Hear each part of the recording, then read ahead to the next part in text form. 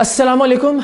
एक तमाशा है जो इस मुल्क में इंसाफ के नाम पर, कानून के नाम पर, अदल के नाम पर, निज़ाम के नाम पर और जमहूरियत के नाम पर मुसलसल किया जा रहा है, और आप और हम सब महज तमाशाई बने इस तमाशे को देखने पर मजबूर हैं और इस तमाशे पर तालियां बजाने पर मजबूर हैं। एक वीडियो जो मेरी नज़र से गुजरी और जिसके बाद मैंने आज की ये वीडियो बनाने का फैसला किया, वो वीडियो थी इस्लामाबाद में एक बुजुर्ग के रोने की वीडियो। वो बुजुर्ग जो अपना और अपनी फैमिली का पेट पालने के लिए, रिज़्क़े हलाल कमाने के लिए एक ठेले पर, एक रेहड़ी पर कुछ सब्ज़ी फ़रोख्त कर रहा था, जिस ठेले को, जिस रेहड़ी को मकामी इंतज़ामिया की जानिब से उलट दिया गया। एक तरफ तो कानून, निज़ाम, इंसाफ, अदल, निज़ाम उसका ये आलम है, और दूसरी जानिब इस मुल्क में कानून की धज्जियां बखेरने वाले एक और किरदार से मैं आपको मुतारिफ करवाता हूं। आज से कुछ बरस पहले हमने एक प्रोग्राम में एक जाली डीएसपी और उसकी टीम को बेनकाब किया था, इस पर मैं पहले भी वीडियो बनाकर तफसीलात बयान कर चुका हूं। वो जाली डीएसपी जो ना सिर्फ जाली वर्दी में घूमता था, उसके साथ जो लोग थे, जो उसके गैंग का हिस्सा थे, वो भी पुलिस की यूनिफॉर्म में घूमते थे। उसके पास जो गाड़ी थी उस पर भी पुलिस की नंबर प्लेट लगी हुई थी। वो किसी को भी अगवा कर लेता था, वो किसी भी शख्स को डराता था, धमकाता था और उससे पैसे लेता था। हमारी टीम उसके गैंग में शामिल हुई और उसकी बर्बरियत को, उसकी सफाकियत को हमने रिकॉर्ड किया। हमने वो रिकॉर्डिंग दिखाई नाजरीन को, जिसमें वो एक बीवी को और उसके मियाँ को, उसके शौहर को उठा कर ले आता है और दोनों को एक दूसरे के सामने बराहना करके तशद्दुद का निशाना बनाता है, और फिर बीवी को उसी बराहना हालत में बांध कर शौहर को आज़ाद करता है और कहता है कि इतने पैसे लेकर आओ और अपनी बीवी को छुड़ा कर ले जाओ। हमारे नुमाइंदों के सामने ही उसने एक लड़की को अगवा किया, और वो लड़की जब भागने की कोशिश कर रही थी तो हमने रिकॉर्ड किया और आपको दिखाया भी कि उस लड़की को उस शख्स ने सफाकियत से और बर्बरियत से गोली मार दी। बाद में वो लड़की बहुत अरसा ज़ेर इलाज भी रही कराची के एक अस्पताल में। एक ऐसा सफाक शख्स जिस पर एक नहीं, दो नहीं, दर्जनों मुकदमात दर्ज हैं, कत्ल के, इक़दाम कत्ल के, अगवा बराए तावान के, गैर कानूनी असलहे के, मनशियात के। आप नाम लीजिए कौन सा जुर्म है जिसकी एफआईआर उस शख्स पर मौजूद नहीं है। वो शख्स उस वक्त भी रिहा हुआ जब मैंने एक और वीडियो बनाकर बताया था आपको, और आज एक मरतबा फिर वो शख्स दोबारा से पकड़ लिया गया उसी पुलिस यूनिफॉर्म में, और अब की बार तो पुलिस की एक मोबाइल भी उसके साथ थी। तो मैं पहले तो आपको जरा बताता हूं कि इस पे कौन कौन से मुकदमात थे। जब हमने उसको पकड़ा तब हमने रेंजर्स की मदद से उसको गिरफ्तार किया। उस वक्त रेंजर्स के पास खुसूसी इख्तियारात थे किसी भी शख्स को गिरफ्तार करने और उसको उसके खिलाफ ट्रायल चलाने के। उस वक्त हमें पता चला कि इस पर कत्ल के और इक़दाम कत्ल के बहुत सारे मुकदमात हैं। तो मैं ज़रा आपको बताता हूं कि एक तरफ वो बाबा जी जो कि इस्लामाबाद में शराफत से सब्जी बेच रहे थे, उनके साथ क्या सलूक करता है इस मुल्क का निज़ाम, और एक जानिब ये जाली डीएसपी, चूंकि ये बहुत तगड़ा है, और तगड़ा इसलिए है कि इसकी वालिदा आंटी शबनम कराची की एक बड़ी मशहूर और मारूफ नायिका है। तमाम बड़े बड़े अफसरान से, तमाम बड़े बड़े वकला से, तमाम बड़े बड़े माजरत के साथ इंसाफ फराहम करने वाले अफसरान से, आप समझ गए होंगे मैं किनका जिक्र कर रहा हूँ, उनसे उनके ताल्लुकात हैं। तो इस बुनियाद पर कोई भी एफआईआर हो जाए, कोई भी इदारा पकड़ ले, अल्टीमेटली ये साहब बाहर आ जाते हैं और हर बार वही काम दोबारा से शुरू कर देते हैं।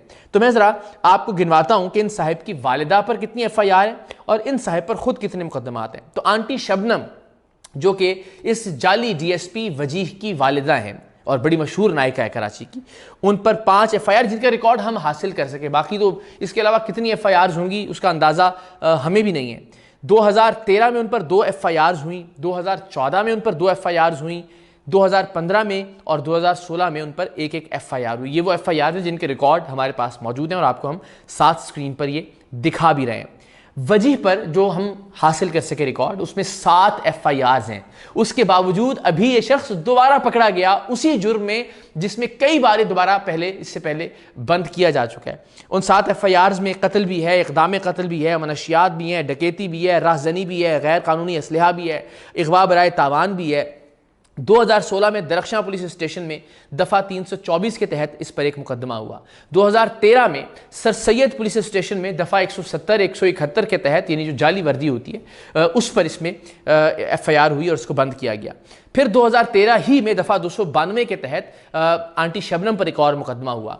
10/5/2016 को दफ़ा 170, 171 और 34 के तहत सर सैयद पुलिस स्टेशन ही में इस शख्स पर यानी वजीह पर एक और मुकदमा हुआ। 2/1/2016 को दफ़ा 292, 294, 34, 371 ए के तहत वजीह पर एक और FIR हुई। 10/5/2016 को सिंध आर्म्स एक्ट के तहत एक पिस्टल 9mm और 3 लोडेड मैगजीन बरामद होने पर इस शख्स पर एक और मुकदमा दर्ज किया गया।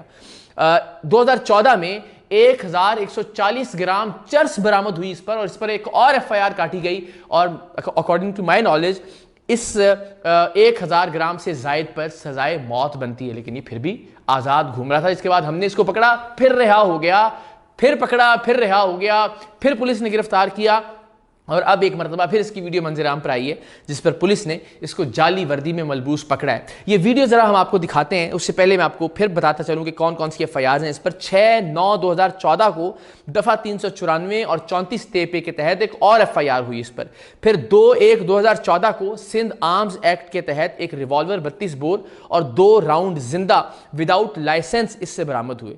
फिर 28/5/2015 में दफ़ा 342, 355, 324, 170, 171, 334, 504, 337 के तहत इस पर एक और मुकदमा दर्ज किया गया। 2014 में 1595 ग्राम चर्स की बरामदगी का एक और मुकदमा दर्ज हुआ। 15/3/2020 में सर सैयद पुलिस स्टेशन में दफ़ा 371, 372 तेपे और 34 तेपे के तहत वजीह साहब पर एक और FIR दर्ज हुई, मगर ये साहब आज़ाद घूम रहे थे। और एक बार फिर इन साहब को पुलिस ही की वर्दी में पुलिस की जाली मोबाइल के साथ पकड़ा गया। तो जो पकड़ा गया उस वक्त जो साहब पकड़ रहे हैं और वीडियो बना रहे हैं वो भी बता रहे हैं कि इस पर इकरारुल हसन ने एक प्रोग्राम भी किया था। तो ज़रा ये वीडियो मुलाहिजा कीजिए। अभी लगे भाई। अस्सलाम वालेकुम सर, मददगार 15 सर जानी, SI 15 सर जानी सर, ये 15 पे सर कॉल आई है HC जावेद साहब को सर। ठीक है सर, ये वजी जो इकरारुल हसन के प्रोग्राम में पकड़ा गया था, ये आज फिर वर्दी में पकड़ा गया है। छोटे से बच्चे पे तशद्दुद किए और ये इसकी पिस्टल है साहब, और इसको अंदर 15 के कॉल पे सर इसको लेकर आए। क्या नाम है आपका सर? वजीउद्दीन कहाँ पर आपकी ड्यूटी है? भाई FB industrial area. FB industrial area क्या है वहाँ पर? मैं PQR इंस्पेक्टर। PQR इंस्पेक्टर आप?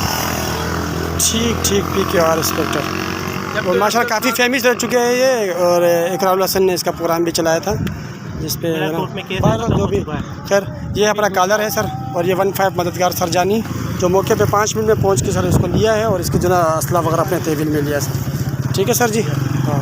तो जनाब इतनी सारी FIRs जो मैंने आपको गिनवाई जो इस शख्स वजीउद्दीन पर दर्ज की गई, लेकिन हर बार ये कानून को अपनी रखेल समझते हुए, अपनी दाश्ता समझते हुए बड़ी आसानी से बाहर आ जाता है। इस बार भी ये बाहर आ जाएगा। हो सकता है जब मैं ये वीडियो बना रहा हूँ तब तक ये शख्स इस बार भी जब ये पकड़ा गया इस केस में भी बरी होकर दोबारा से जाली वर्दी में अपने धंधे शुरू कर चुका हो। और एक जानिब है इस्लामाबाद के ये बुजुर्ग बाबा जी जो कोई जुर्म नहीं कर रहे थे, जो ना तो 324, ना 171, ना 294, ना 34 तेपे, ना गैर कानूनी असलहा, ना मनशियात, ना अगवा बराए तावान, ना कत्ल, ना इक़दाम कत्ल, ऐसे किसी धंधे में, ऐसे किसी जुर्म में मुलव्वस नहीं थे। उनके साथ इस मुल्क ने, इस रियासत ने, इस निज़ाम ने, इस कानून ने क्या सलूक किया। तो ये फ़र्क है एक आम आदमी और एक ऐसे शख्स की ज़िंदगी में जो शख्स ज़राए रखता है, असर व रसूख रखता है, पैसा रखता है, जिसकी माँ चूँकि नायिका है और उसके बड़े बड़े अफसरान के साथ ताल्लुकात हैं। वो जो भी जुर्म कर ले उसके लिए इस मुल्क का कानून उसे रस्ते फराहम करता है। और एक जानिब एक आम और शरीफ शहरी है, वो सिर्फ अगर अपने बच्चों के लिए रिज़्क़े हलाल कमाने की कोशिश करे तो उस शख्स के साथ इस मुल्क का कानून, इस मुल्क का निज़ाम, इस मुल्क का इंसाफ, ये रियासत क्या सलूक करती है यह आपने देखा। इसके अलावा और क्या कहा जा सकता है कि ऐसे कानून पर, अगर ये कानून है तो फिर ऐसे कानून पर लानत भेजी जा सकती है। अगर ये इंसाफ है तो ऐसे इंसाफ पर 3 हर्फ ही भेजे जा सकते हैं।